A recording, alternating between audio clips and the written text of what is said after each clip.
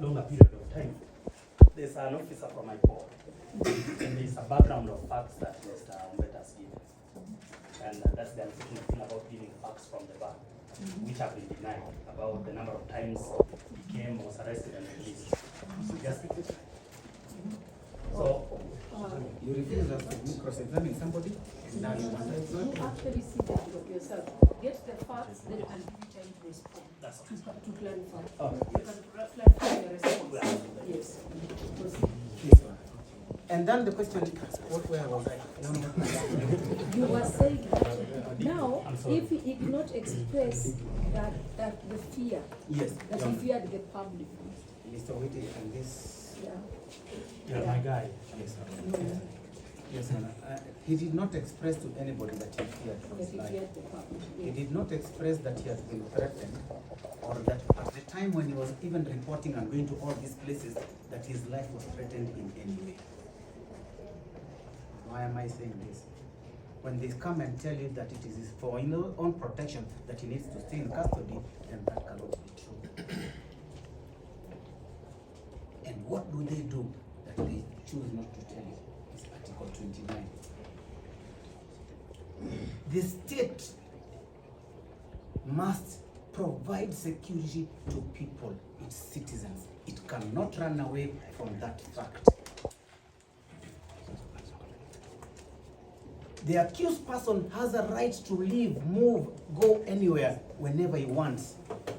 Because at the time he does this, he knows that the state, which is overbearing, will be able to protect him.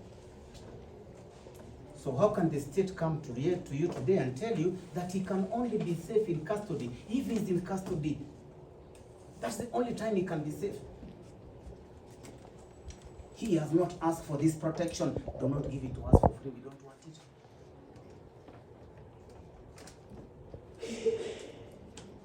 But let us look at that, and let's also look at it with Article 28. Well, let's talk about his dignity.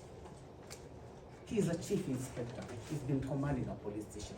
He has 29 years experience, done his work very well. And there was nothing that shows that he has never done his work well. So he has got some dignity, he has got a face to maintain. And if he has got a face to maintain, then what does that do?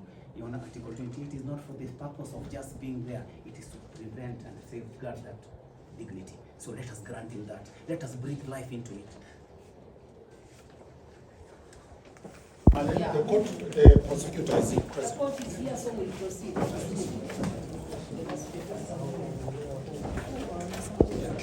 We are going to check the watch. The advocate was Mr. Kangari. And you said Mr. Kangari was 15 minutes. Yes.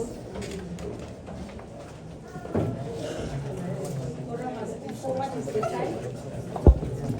2:55. 5.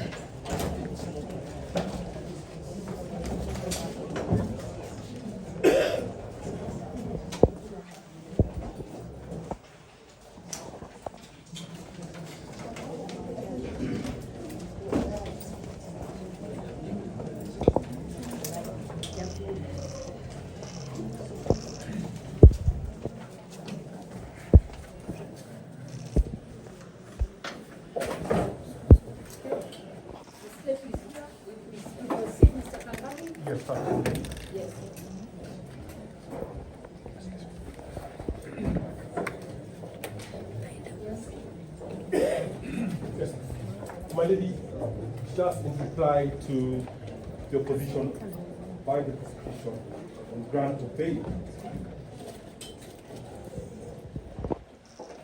I speak from a point that most, if not all, the authorities that have been referred to are well known to my lady. And I will only go to the compulsion that my good colleagues have asked that my lady be persuaded so as not to grant bail. One of the officers ensured that the head of probation is in court. Information of the head of probation. If you come to Courtroom. Yes, proceed. Yes. Yeah. And my lady, you have been given compulsions why bail should not be granted, whereas my colleagues have made every attempt to weaponize the bail bond policy guidelines so as to guide you not to grant bail. The gravamen of the bail bond policy, my lady, has been one, to create a standardization on questions of grant of bail, but most importantly, the policy paper. If at all it was to be taken seriously, then this person today, the first accused person, can never get bond, or any other person. That is why, even with those bail and bond policies, the court insisted that there must be material.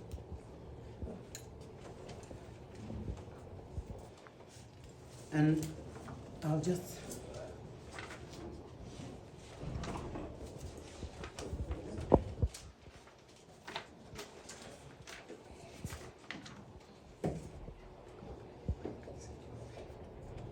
Improper flight risk, interference with No. witnesses, I've evidence. spoken about, yes. Let me say the issue of evidence. Now, Your Honor, you're not told in the affidavit that there are CCTVs that have been tampered with. A mere allegation, because today, if it was a fact, or maybe it was something they needed to rely on, they could have quoted what CCTV, what is the make, when it was interfered with, even photos of the tampering. That is what we call material.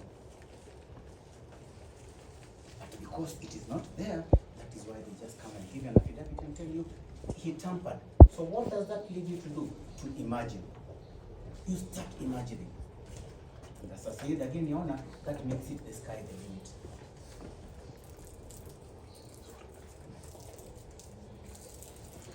You're being told, and one of the counsels really emphasized it, and said that they are police officers. Police officers. He's always laughing. Police officers. And you're being told they are commanders. You know? But then they try to tell you it's not discrimination.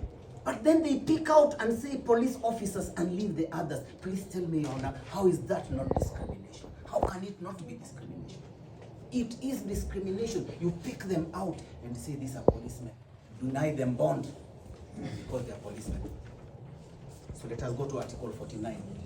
Does Article 49 at any particular place say policemen cannot be granted bond? Does it? Your Honor, it does not.